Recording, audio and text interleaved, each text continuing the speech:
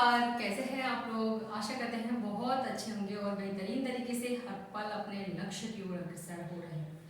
चलिए शुरू करते हैं आज की क्लास। जैसे कि पिछले वीडियो में हमने देखा था पंचवर्षीय योजना अर्थात 5 ईयर प्लान्स की बात कर रहे हैं। तो यहाँ पर जो 3 योजना है वो कंप्लीट हो चुकी हैं और आज बात करेंगे चतुर्थ पंचवर्षीय योजना के बारे में। जी हाँ, जो थर्ड हमारी पंचवर्षीय योजना थी उसके बारे में बात की हमने और उसके बाद जो योजना अवकाश था जिसमें कि हरित क्रांति की बात कर चुके हैं। तो यदि आप फर्स्ट टाइम हमारे चैनल पर विजिट करें तो आप हमारे चैनल को सब्सक्राइब करना ना भूलें, क्योंकि आगे आने वाले एग्जाम्स में आपको हमारे चैनल से निश्चित ही मदद मिलेगी। सब्जेक्ट की बात करें तो आप ज्योग्राफी या फिर आप इकोनॉमिक्स या फिर मैथमेटिक्स किसी सब्जेक्ट से रिलेट हैं आप, तो आप हमारे चैनल को सब्सक्राइब अवश्य करें। चलिए तो बात कर लेते हैं चतुर्थ पंचवर्षीय योजना की। चतुर्थ पंचवर्षीय योजना 1969 से चतुर्थ पंचवर्षीय योजना 1969 से 74 तक रहे, अर्थात इसका कार्यकाल 1969 से 74 है। वहीं पर अगर मॉडल की बात करें कि इसके अंतर्गत कौन सा मॉडल है, तो अशोक रुद्र एलएनएस मात्रे मॉडल। अशोक रुद्र एलएनएस मात्रे, अशोक रुद्र एलएनएस मात्रे मॉडल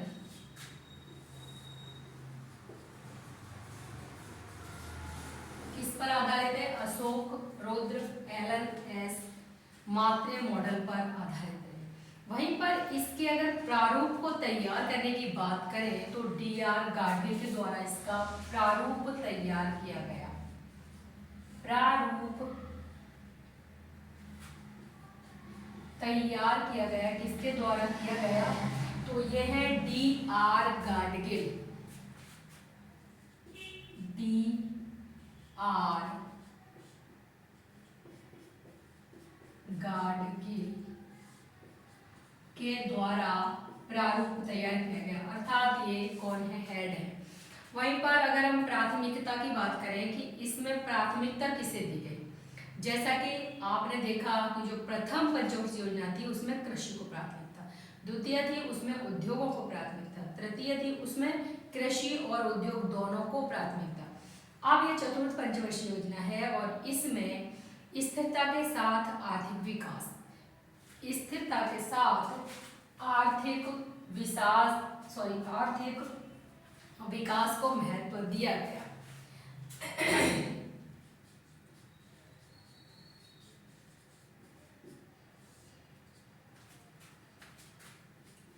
स्थिरता के साथ आर्थिक विकास,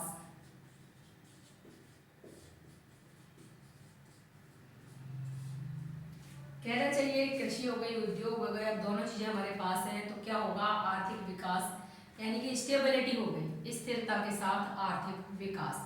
वहीं पर अगर हम विशेष की बात करें, ऐसा क्या होगा इस पंचवर्षीय योजनाओं में जिसे कि हम विशेष के अंतर्गत रख सके? तो इस पंचवर्षीय योजना में बैंकों के राष्ट्रीयकरण की बात हुई 19 जुलाई 1969 को। 19 जुलाई 1969 को अगर बैंकों के राष्ट्रीयकरण की बात हुई तो कितने बैंकों के राष्ट्रीयकरण की बात है? तो यहाँ 14 बड़े बैंकों का राष्ट्रीयकरण किया गया। 14 बड़े बैंकों का राष्ट्रीयकरण किया गया।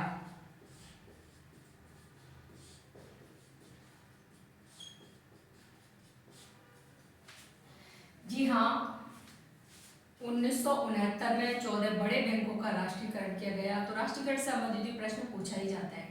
उस समय अगर पूछने जाए कि आरबीआई के गवर्नर कौन थे, तो एल.के. झा। आरबीआई के गवर्नर कौन थे? तो वो थे एल.के.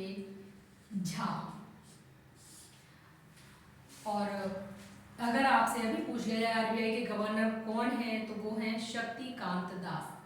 जी हाँ, और 25वें नंबर के गवर्नर हैं वर्तमान में। अब बात आती है एमआरटीपी एक्ट भी इसी में आया है। क्या आया है? MRTP act. अब एमआरटीपी एक्ट है वो कब आया था? तो वो भी 1969 में ही आया, 1969 में ही आया।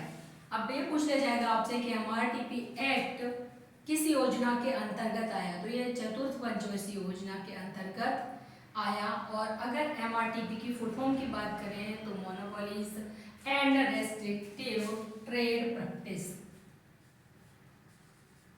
Monopolies restrictive trade practice.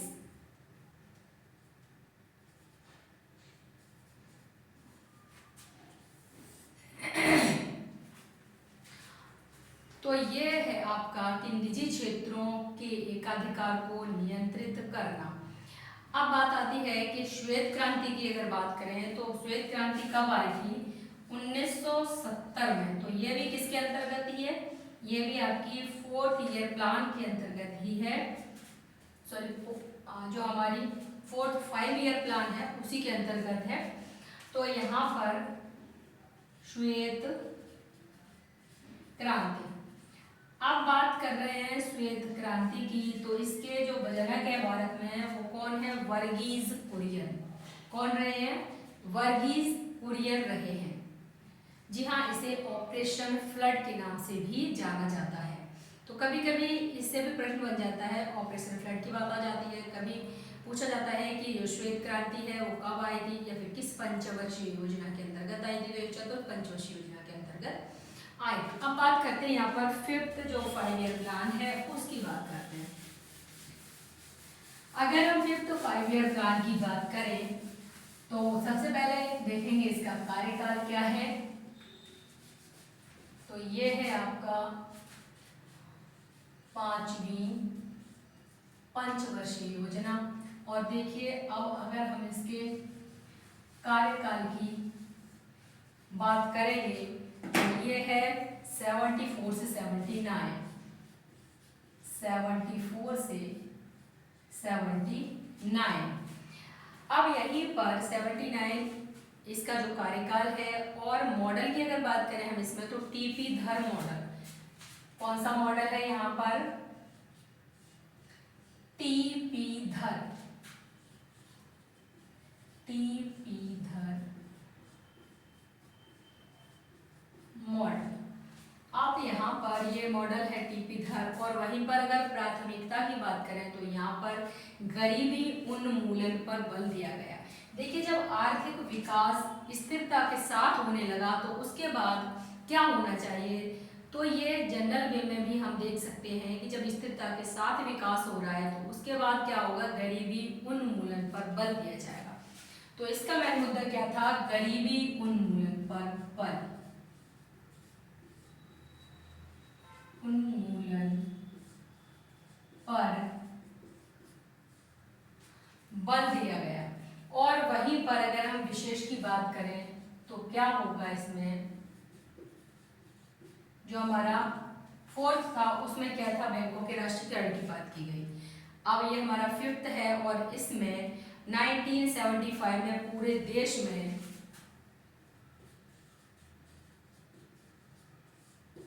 1975 में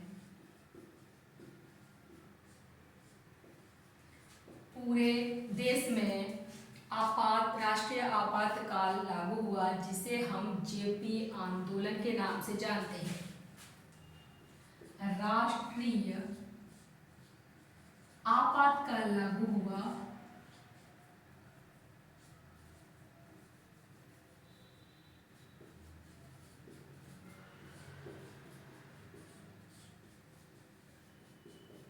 जिसे हम जेपी आंदोलन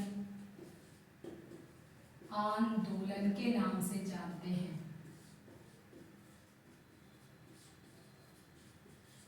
अर्थात कहने का मतलब ये है कि ये जेपी आंदोलन किस पंचवर्षीय योजना के अंतर्गत है, तो ये 5th 5 ईयर प्लान के अंतर्गत है। और वहीं पर जेपी का मतलब जयप्रकाश नारायण। और अगर हम बात करते हैं 1975 में ही 20 सूत्रीय कार्यक्रम लागू किया गया था। 1975 में ही 20 सूत्रीय कार्यक्रम लागू किया गया अर्थात 20 सूत्रीय कार्यक्रम भी 1975 में ही आए। और अगर हम उद्देश्य की बात करें तो यहाँ पर ग्रामीण विकास तथा गरीबी निवारण, इसका जो उद्देश्य था वो क्या था? ग्रामीण विकास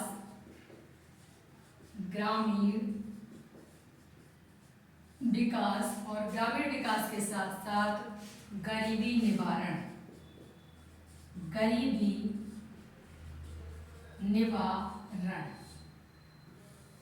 अर्थात जो ग्रामीण क्षेत्र हैं उनका विकास किया जाए, वहाँ पर अच्छी अच्छी योजनाएं लगाई जाएं और वहाँ पर गरीबी का निवारण भी किया जाए। साथ ही में स्वाभाविक है कि जब व्यक्ति को कार्य मिलेगा तो वो कार्य करेगा, बेरोजगार नहीं होगा। अगर उसे रोजगार मिल रहा है तो वो फिर गरीब नहीं रहेगा। अब यहीं पर बात आती है कि 2 अक्टूबर 1975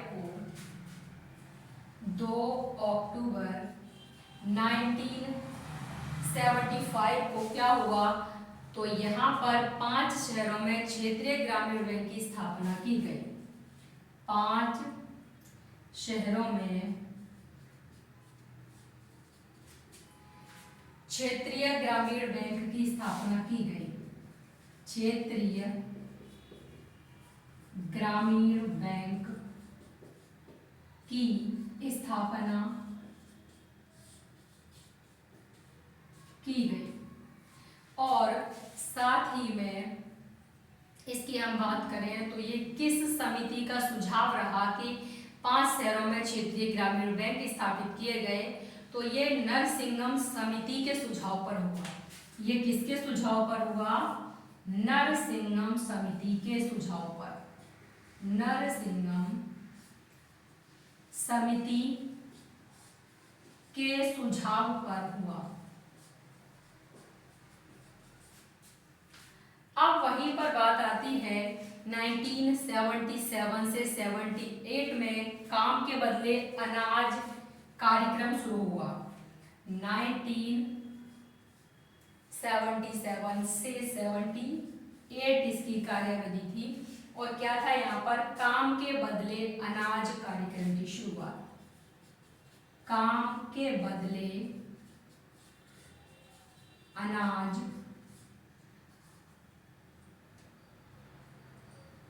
कार्यक्रम की शुरुआत की गई। अर्थात कार्य करने, अगर कोई भी व्यक्ति काम करता है तो उसको उसके बदले में क्या दिया जाएगा? अनाज दिया जाएगा। और वहीं पर बात करें हम यहाँ पर और क्या क्या इस योजना के अंतर्गत रहा, तो 5वीं पंचवर्षीय योजनाओं को जनता पार्टी की सरकार के 1 साल पहले यानी कि 1978 में समाप्त कर दिया गया। अब क्वेश्चन बनता है कि 1 साल पहले कौन सी योजना समाप्त हो गई? तो वो योजना थी आपकी, ये देख रहे हैं आप, 5वीं पंचवर्षीय योजना, जो कि समाप्त होनी थी 79 में और समाप्त हो गई 78 में, अर्थात 1 साल पहले ही। इसकी जगह 1978 से 83 तक यानी कि 83 तक 6ठी पंचवर्षीय योजना को लागू किया गया। अब बात आती है कि 42वां जो संविधान संशोधन है 1976 में किया गया था और साथ ही में 1978 में ही 44वां संविधान संशोधन मोरारजी देसाई की सरकार द्वारा लाया गया था। तो यहाँ पर ये 2-3 बातें और थी जो इस योजना के अंतर्गत हुई। अब बात आती है अनवरत योजना, जो कि हमने अभी देखा था। सबसे पहले मैंने आपको अवकाश काल बताए थे, यानी कि जो योजना है उसमें जो अवकाश हुए बीच बीच में बात हमने की थी। तो यहाँ पर हमने 3 साल का अवकाश उसे हमने कंप्लीट किया था और वहीं पर जो कि हरित क्रांति के बारे में जिसमें बात की गई थी, तीसरी योजना थी, उसके बाद के कार्यकाल में अब यहाँ पर क्या हुआ, अनवरत योजना यानी कि रोलिंग प्लान, अनवरत योजना,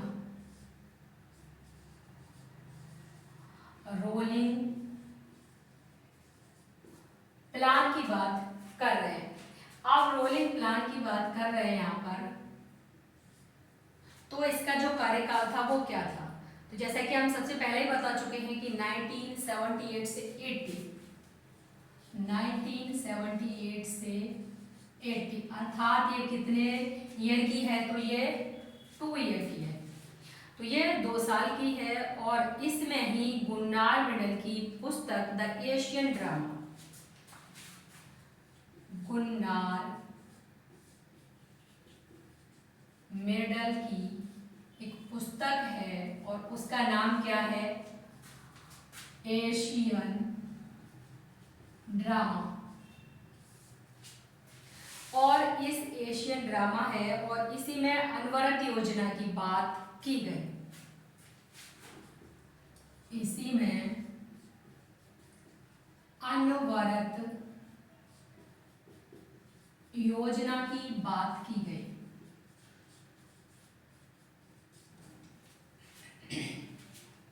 और वहीं पर यह दीर्घकाल की योजना पर आधारित है। शुरुआत की बात करें तो जनता पार्टी की सरकार द्वारा या फिर मोरारजी देसाई के कार्यकाल में, शासनकाल में, मोरारजी देसाई के शासनकाल में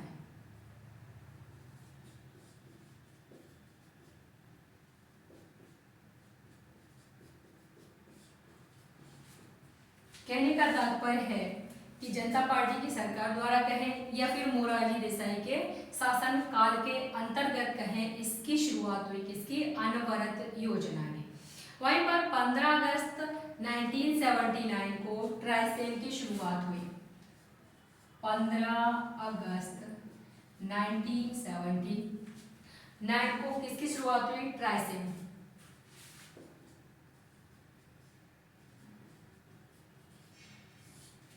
की शुरुआत हुई।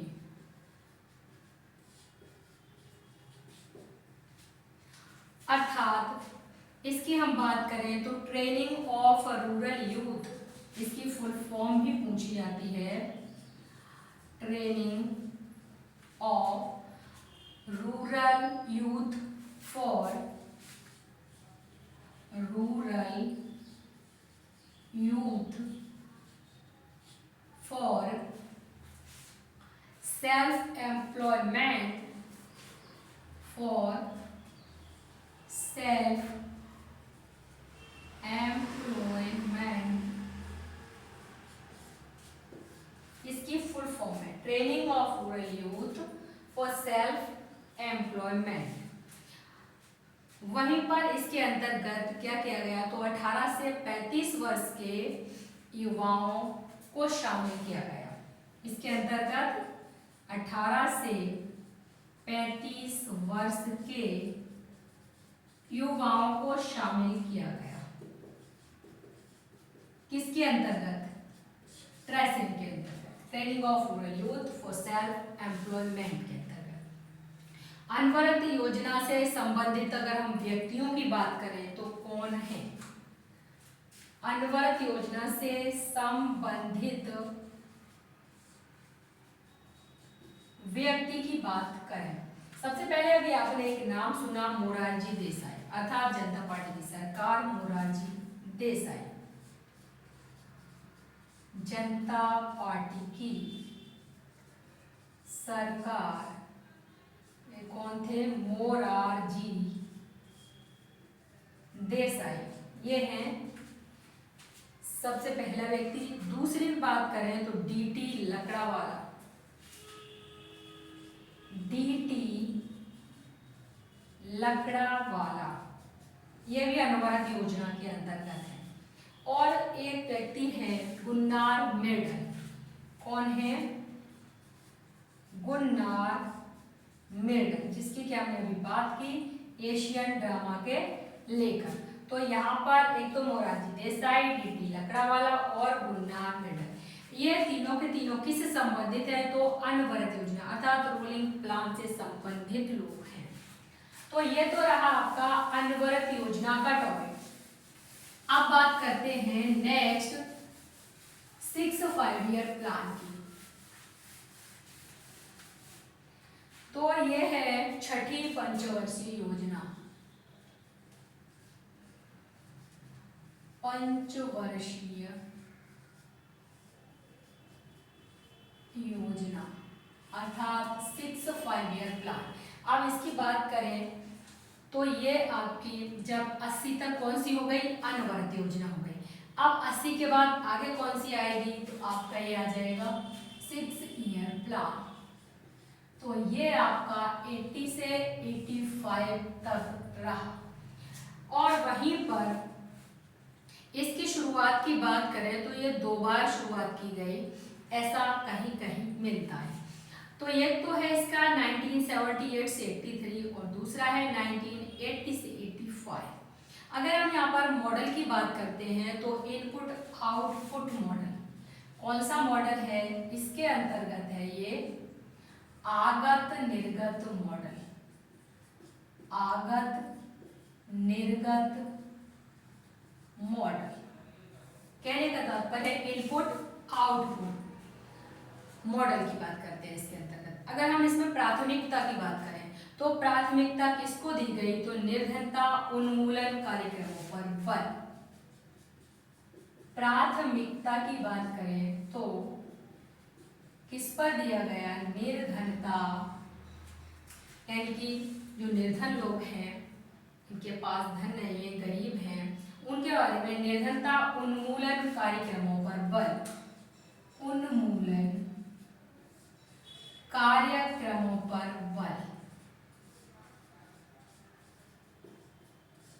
अर्थात निर्धनता को उबारने के लिए कुछ ऐसे कार्यक्रम बनाए जाएं जिनसे कि निर्धनता दूर हो सके, गरीबी मिट सके।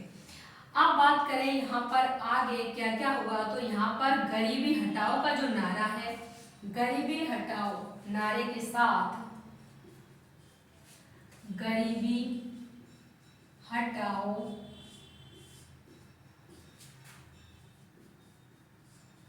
नारे के साथ गरीबी हटाओ नारे के साथ इस पंचवर्षीय योजना की बात की गई। इस पंचवर्षीय योजना की बात की गई। अब यहाँ पर पूछा जा सकता है गरीबी हटाओ नारा किस पंचवर्षीय योजना में दिया गया? तो ये आपका 6 5-ईयर प्लान के अंतर्गत ही आता है। अगर हम विशेष की बात करें कि क्या क्या हुआ इसमें, तो यहाँ पर हुआ आपका एक तो है 2 अक्टूबर 1980 को IRDP, 2 अक्टूबर 1980 को IRDP। अब ये क्या है? IRDP अर्थात integrated rural development programme. Integrated rural development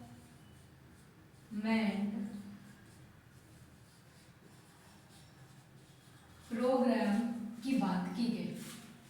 तो हो सकता है कभी कभी इसकी फुल फॉर्म पूछ लेते हैं, IRDP क्या है और ये किस योजना के अंतर्गत आया और ये कब आया, इसकी डेट भी पूछी जाती है। वहीं पर दूसरी बात क्या होगी, 12 जुलाई 1982 को, 12 जुलाई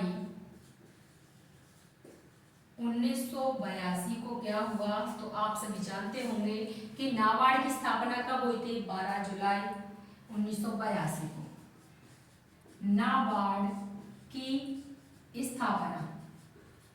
अब वहीं पर नाबार्ड की स्थापना भी इसी योजना के अंतर्गत हुई।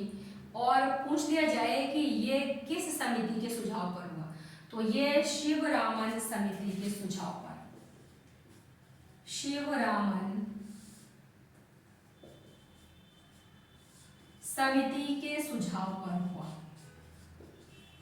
कभी कभी इसकी समिति भी पूछी जाती है, तो हमें समिति भी याद रखनी पड़ेगी। शिवरामन समिति के सुझाव से नाबार्ड की स्थापना की गई।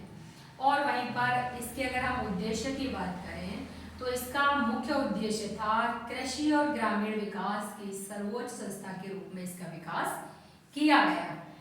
अर्थात जो ग्रामीण क्षेत्रों में है, तो ग्रामीण क्षेत्रों का विकास कैसे होगा, तो उसके लिए इसकी 12 जुलाई 1982 को नाबार्ड की स्थापना की गई। अब वहीं पर 15 अप्रैल 1980 को दूसरी बार 15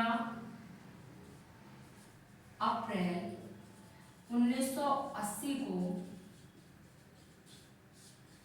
दूसरी बार क्या हुआ, तो यहाँ पर जैसा कि 14 बैंकों का राष्ट्रीयकरण हो चुका था और वहीं पर यहाँ पर 6 बैंकों का राष्ट्रीयकरण कर दिया गया। 15 अप्रैल 1980 को दूसरी बार 6 बैंकों का राष्ट्रीयकरण हुआ। तो आप कभी कभी ये भी पूछ जाता है, राष्ट्रीयकरण की बात इसमें भी पूछ ली जाती है, तो यहाँ पर 6 बैंकों का हुआ, उधर 14।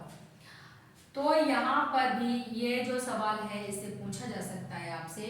और वहीं पर पहली बार जैसा कि हमने बताया आपको कि पहली बार 19 जुलाई 1969 को कितनी बैंकों को, 14 बैंकों का राष्ट्रीयकरण किया था। अब यहाँ पर आरबीआई के गवर्नर की बात करें तो आईजी पटेल, यहाँ पर क्या है, आईजी पटेल आरबीआई के गवर्नर। अर्थात इस समय ये भी पूछा जाता है कि आरबीआई के गवर्नर कौन थे उस समय, तो यहाँ पर है आईजी पटेल। बेरोजगारी के मापन के लिए स्टैंडर्ड ईयर की शुरुआत की गई, स्टैंडर्ड ईयर के मानक की शुरुआत की गई। और वहीं पर 1 जनवरी 1982 को एग्जिम बैंक की स्थापना की गई। ये भी आपके लिए मोस्ट इम्पोर्टेंट है, एग्जिम बैंक। एग्जिम बैंक की स्थापना कब हुई, तो 1 जनवरी 1982 को हुई थी। 1 जनवरी 1982 को की स्थापना। ये आपकी एग्जिम, अर्थात यहाँ पर क्या है, EX और IM, तो यहाँ पर ये जो टॉपिक दिख रहे हैं आपको, इसको अगर हम तोड़ेंगे तो ये तो हो गया एक्सपोर्ट और ये हो गया इंपोर्ट। अर्थात एक्सपोर्ट और इंपोर्ट बैंक की बात की गई, जो कि एग्जिम बैंक के नाम से जानी जाती है। तो ये रहा आपका 6th 5 ईयर प्लान। तो यहाँ पर हमने बात कर ली 6th 5 ईयर प्लान की। अभी हमारा इसमें बचा है 7वीं पंचवर्षीय योजना होगी, यानी कि 3 की तो हम पहले ही बात कर चुके हैं और आज हमने फिर से बात की 3 की और बात की है।